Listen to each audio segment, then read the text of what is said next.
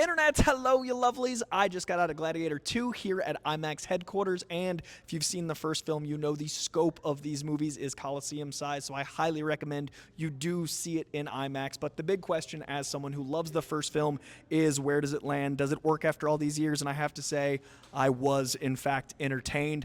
If you want to hear more about this review, please hit that subscription bell, trying to grow this page out. Please hit a like, hit the thumbs up like, a good emperor would, and please leave a comment below. I want to talk all about the experience that was the insanity that is Gladiator 2, but I hate long intros, so let's dive in. Gladiator 2, non-spoiler thoughts. This movie is such an interesting honorary sequel. It's something that honors the first film. It's something that follows in a legacy. It's something that starts as one type of movie where it feels like it is a modern sequel in that reboot sense, in that requel sense, but then it develops into something else as it goes along. By the time you get to the second half, it's actually something that is so emotionally impactful for your journey as someone who's lived the 20 years since the first film. If you love the first film as much as I do, if you've seen it as many times as I have, this feels like something that has the weight of the distance of time. It takes place 16 years after the first film. In real life, it's been about 24 years since the first film, but the weight of that time is as important as the message in the film itself. The writing is so captivating. It is so much about what it means to be kind and good as much as strong versus weak. It's about what it is to be a warrior, but also someone who values life. And I love that the gladiator myth the first one builds allows this to be as mythic and full of scope as anything else, but it has that Ridley Scott touch, so everything feels like the production design and the setting grounds you in this mythical world of real Rome. And I love that you get to wonder what your perspective on these giant ideas and concepts would be. And the villain in this film, the way Denzel Washington's used, and the way you perceive Pedro Pascal, and the way you perceive Paul Mescal, the way you are judging your own morality and ethics is what a good blockbuster can be. It has all the scope and all the action and all the violence and all the experience of what you want from a blockbuster, but it has the nuance of a drama, and it has the acting within a drama. If you know Paul Mescal from things like All of Us Strangers or that incredible film he did about the father and daughter, he's so good at contained, and he's so good at these mesmeric performances. He brings that same energy here, but in the scope of Gladiator. And then you've got Denzel Washington, who's having a Training Day-esque good time, who's just chewing scenery, but he's manipulating your experience as a viewer through that joy and through that experience, and you wonder what you think of some of his choices, and you wonder what you would do in that situation, and you wonder, especially as you unravel who Denzel Washington perceives himself to be, how you would be in that situation. And then Pedro Pascal is delivering this incredible nuanced performance that is so rooted and weighted, and you change your opinion about him as you go along. So everyone has a very transformative arc. Everyone has a through line of ethics and morals that you yourself get to decide how you feel, all set against the Colosseum, all set in a world that floods the Colosseum in real time, which actually happens, that has rhinos and crazy monkeys and sharks. It's the scope of a blockbuster with the nuance of a drama, with the acting of these absolute powerhouses that you get from a Ridley Scott film. And for me, he hits more than he misses. For me, I love The Last Duel.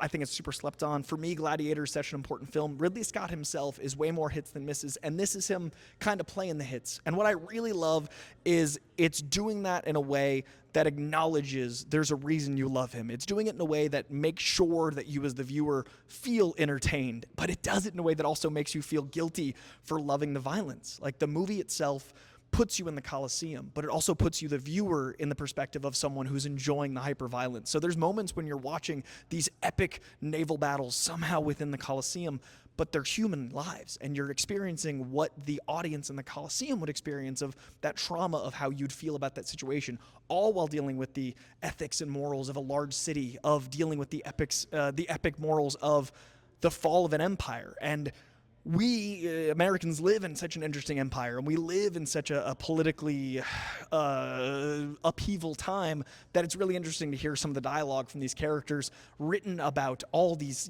hundreds and hundreds of years ago. And it's human nature to want power. It's human nature to seek these things. And I love the way this film envelops you in your own ethics and morals, all while being set with all this action. And I also want to speak on Joseph Quinn, who in this movie is playing one of the two emperors, and it's such an interesting, captivating performance these two brothers have, because there's such a downtrodden but gleeful dichotomy. Like there's the lust for power, but the lack of the ability to feel any of it, because if you've got everything, what do you want? So there's actually moments where you see these gladiators having more to live for and strive for because they've got a goal. And I love that Paul Mescal is so rooted in love. Like Paul Mescal has this amazing opening where love is what drives him, and that's his through line, to the point where there's an actual there's a beautiful symbolic arrow that feels like this pointer through the art of the story, and you feel like he has a stronger vector and he has a stronger moral compass than anyone else because of that love. So even in subtle ways, the film leads with love instead of hate, and it has all those elements.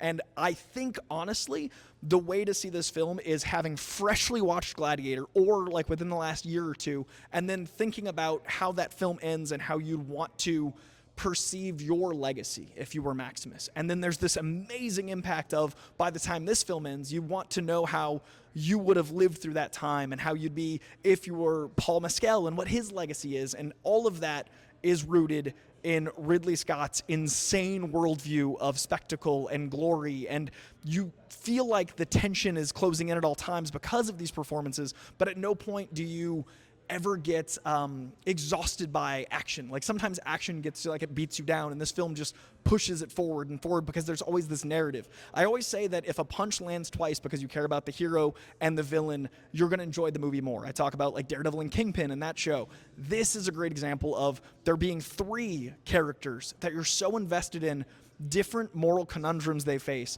And like I said at the top, the overarching arc of how they change through the film really impacts your experience of it as well. So it's like three different punches landing thrice. And that's so unique for a film of this scope and this scale and with this caliber of actors. And to see the cast that was in the first film come back, and to see what that does with the companion to the first film, it doesn't feel like a legacy sequel in the way that it's using it for nostalgia. It feels like it's letting you mature with these decisions, and it's letting you mature with the empire that is Rome.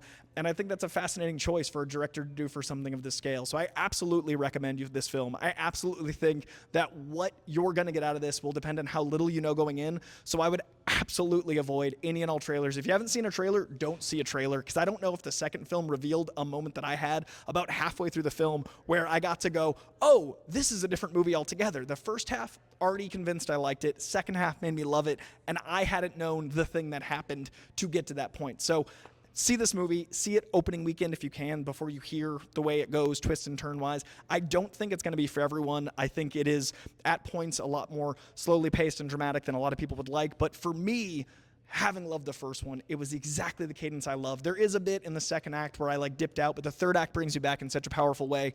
Give this film a chance. I love big blockbusters having this much heart and this much action, and all the action mattering. It is an absolutely special time at the movies. If you like this review, please hit this like. I appreciate it very much. Do as the Emperor does, but go this way. Please, I appreciate you very much. Also, leave a comment below. I want to know what you thought of the film. It is a very hard film to review without spoiling. I'm not going to lie to you. Like the whole time I wanted to just say the thing, and maybe I'll do like a spoiler live stream, but no spoilers. Comment below, leave a like, and subscribe. We are so close to 40K, and it means a lot to me that we are filling up a coliseum of followers. Thank you very, very much. I'll see you guys soon. Much appreciated.